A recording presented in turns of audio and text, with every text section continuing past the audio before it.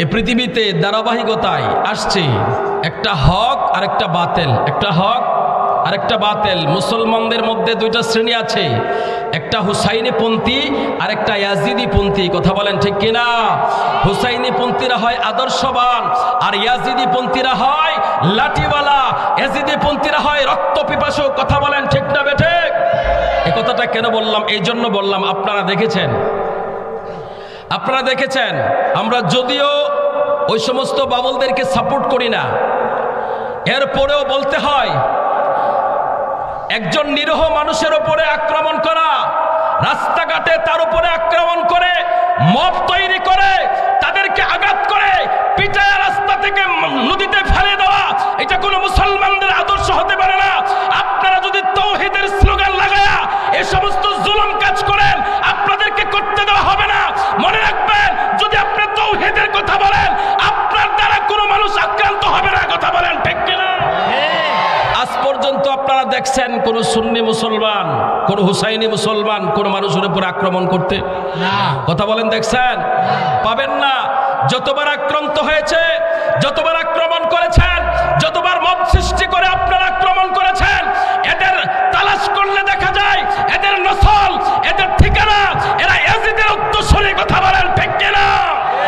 যতদিন হুসাইনি মুসলমান জমিনের মধ্যে বেঁচে থাকবে, রক্ত দিবে, জীবন দিবে, কিন্তু ইমান দিবে না। কথা বলেন ঠিক কিনা? আমরা সে ইমান নিয়ে বেঁচে থাকতে চাই কি চাই না? রক্ত দিয়েছি, আরো দিব, জীবন দেব, কিন্তু ইমান নিয়ে আমরা ইমানের স্লোগানের উপরে বেঁচে থাকবো। দুই হাত তুলে আল্লাহকে দেখায় আল্লাহু আকবার, ইয়া রাসূলুল্লাহ, জিন্দাবাদ জিন্দাবাদ। এই জন্য আসলে আমার ভাইরা, আমরা ওই সমস্ত জুলুম ছেড়ে দেয়। আপনারা দেখেছেন ভূমিকম্প ঘন ঘন হচ্ছে না? কেন হচ্ছে জানেন? এই সমস্ত জুলুম করার কারণে, এই সমস্ত পাপ কাজ করার কারণে আপনারা যে পরিমাণে জুলুম করা শুরু করে দিয়েছেন, নরম মানুষ দেখলে তাদের উপরে ঝাঁপিয়ে পড়ে। আপনারা দেখবেন নরম দেখলে ঝাঁপিয়ে পড়ে। যে কথাটা, এই যে বাউল সাহেব যে কথাটা বলেছেন, এর চেয়েও জঘন্য কথা ওনাদের মৌলানারা বলছে, কিন্তু ওই ব্যাপারে কারো কোনো প্রতিবাদ নাই। আছে? কথা বলেন না? আছে? নবীরে আবেহালা বলছে, আল্লাহরে আবেহালা বলছে, সাহাবায়ে কেরামকে আবেহালা বলছে, নবীর স্ত্রীকে নিয়ে কটূক্তি করেছে, নবীকে সাংবাদিক বলেছে, এরপরে কোনো প্রতিবাদ নাই, তাদের ব্যাপারে কোনো কথা নাই। একজন নরম মানুষ, একজন শান্ত মানুষ, সে একটা ভুল করেছে, তার উপর আক্রমণ, এটাই বোঝা যায় এরা মব সৃষ্টি করে, এরাই দুনিয়ার মধ্যে ফিতনাবাজ, এরাই হচ্ছে ফাসাদি। কথা বলেন ঠিক কিনা? এরাই জমিনের সন্ত্রাস, এরাই হলো সন্ত্রাস তৈরি করে। কথা বলেন ঠিক কিনা? এবার আপনাদের কাছে আমাদের অনুরোধ, আপনারা একটু বুঝে শুনে কথা বলবেন। আমাদের দিকে তাকায় দেখেন, আমাদের চরিত্রের দিকে তাকায় দেখেন, আমাদের আদর্শের দিকে তাকিয়ে দেখেন, আমাদের ছাত্রদের দিকে তাকিয়ে দেখেন, আমাদের অনুসারীর দিকে তাকিয়ে দেখেন। আমরা সব সময় নরম চলেছি, রক্ত দিয়েছি, আমরা কোনোদিন কারো উপরে আক্রমণ করি নাই। কথা বলেন ঠিক কিনা? যতবার আক্রমণ করেছো তোমরা করেছো, তোমাদের ঠিকানা কোথায়, তোমাদের নসলটা কোথায়, এতে বোঝা যাচ্ছে ইয়াজিদ যেমন ভাবে হুসাইনের উপরে ঝাঁপিয়ে পড়েছিল, তোমরাও সেই হুসাইনি অনুসারীদের উপরে ঝাঁপিয়ে পড়তেছো। কথা বলেন ঠিক কিনা?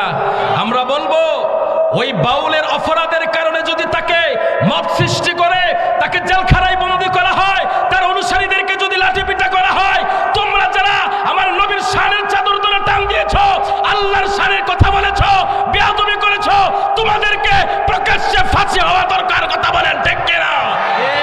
কিন্তু কে করবে বিচার? কে করবে বিচার? প্রত্যেক জায়গায় জালিম বসা। কথা বলেন ঠিক কিনা? প্রত্যেকটা সেক্টরের মধ্যে জালিম বসা। তবে জেনে রেখো, জালিমের দল, জুলুমের রাজত্ব বেশি দিন টিকে না। এই দেশের মধ্যে না, শুধু সৃষ্টির শুরু থেকে আজ পর্যন্ত যারা জুলুম করেছে, প্রত্যেক জালিমের বিচার আমার আল্লাহ এই জমিনে করেছে। কথা বলেন ঠিক কিনা? আমি আজকে আপনাদেরকে সেই দিকে নিয়ে যাবো, এমন একটা আলোচনা আপনাদেরকে শোনাবো, যে আলোচনাটা আপনারা কোনোদিন আগে শোনেন না। আমি আপনাদেরকে সে কথাটাই শোনাবো। পৃথিবীতে এমন একজন বাদশা ছিল, খুব জালিম ছিল, সে 4000 বছর রাজত্ব করেছে। কয় হাজার?